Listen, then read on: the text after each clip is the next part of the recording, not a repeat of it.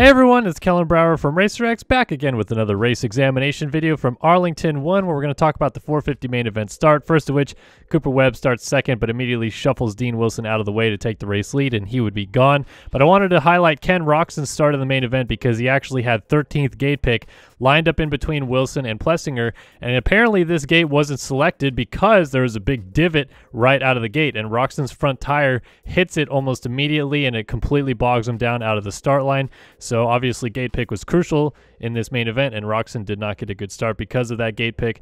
But you can also see here he breaks way earlier than a lot of people around him, and Eli Tomac is going to swoop in from the outside here and be a little bit ahead of Kenny going into the first corner. But maybe Kenny has played the new Supercross 4 game and remembers that if you just let everybody go wide in the first corner, you can sneak back up the inside and still get a decent start. So Kenny actually allows all these guys to push out there and very kind of smart riding into the first corner to tuck back underneath and actually end up more mid-pack than in the back of the pack, as Eli, as you see here, was well down the order and could only climb his way to 8th. But starts are so crucial here in Arlington because the track was so fast and one-lined, and obviously Tomac and Roczen both getting bad starts here in the main event. Now, Jason Anderson was sort of the talking point of the night as he came together with not only Malcolm Stewart, but later Dylan Ferrandis. And here's the first move on Stewart. Obviously, it's an aggressive angle, but they nearly hit side by side. It's a little bit of a bump, but Malcolm was obviously upset about it because 2 corners after this, Malcolm is going to or a quad to the outside here, I should say, cut back underneath and just kind of dive into the side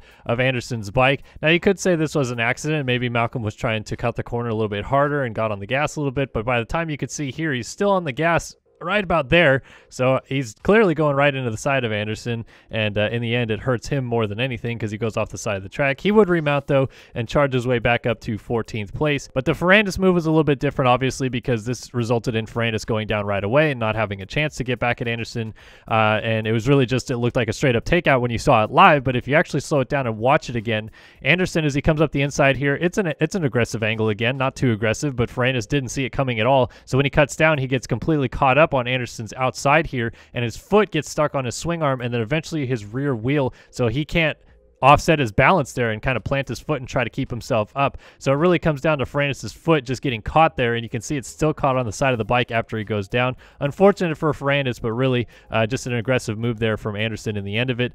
Out front, though, Cooper Webb was unheated the entire way through, led all 28 laps, and picked up his 15th career victory, his 4th win of the season, and now moves to a 7-point advantage in the championship as the new red plate holder, as the championship momentum and swing continues to fall his way, and Roczen is left reeling as we head into Arlington 2. I want to remind everybody that this video is presented by OnX Off-Road. Nowhere to go with the #1 off-road GPS app.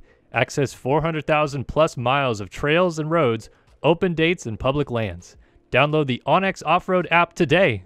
So as we talked about, starts were huge in Arlington, and Seth Hammaker grabbing the whole shot in the 250 main event kind of spelled a little bit of trouble for the rest of the field. But early on in the race, Jordon Smith, his teammate on the number 80, got right up behind him, and it was actually reeling him in a little bit, putting the pressure on him until a little mistake here a couple laps in cost Smith a lot of time. He slid the rear end out of this corner, jumped off the side of the track, and then got caught between lanes here and did this like gnarly double on the opposite lane, stuff that I could absolutely never do.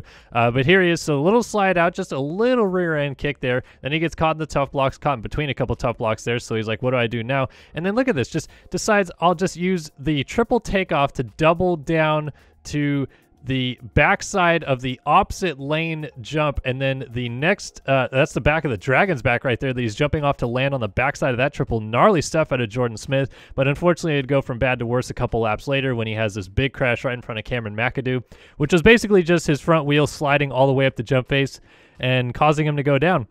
Really nothing more to it than that. He just got a little bit off balance coming out of the corner. The front end slid up the face, and he had nowhere to go. Really great reactions there by McAdoo to not land on him and then get to a complete stop to not roll over him. And then later in the race, McAdoo was dealing with Justin Cooper battling up from behind to get 3rd on the box there, the final spot on the podium.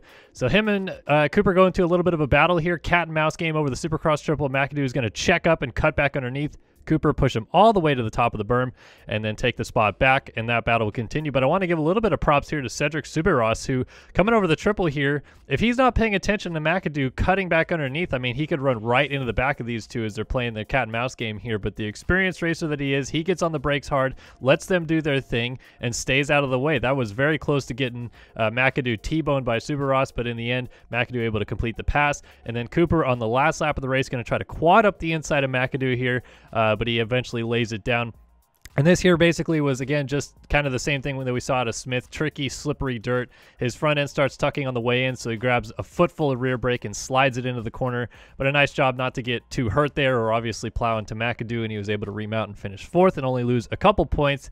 In the end, though, big winner. The rookie gets it done in his third career main event. Hunter Lawrence also, he's stoked. He finished second in the race, does a nice whip over the finish line jump. But how about it for Seth Hammaker picking up his first career victory? McAdoo and Cooper also dabbing each other up a little bit there. They're excited about their nights, which could have been a lot worse. But how about it for Hammaker picking up his first career win as we move into the second Arlington this Tuesday night.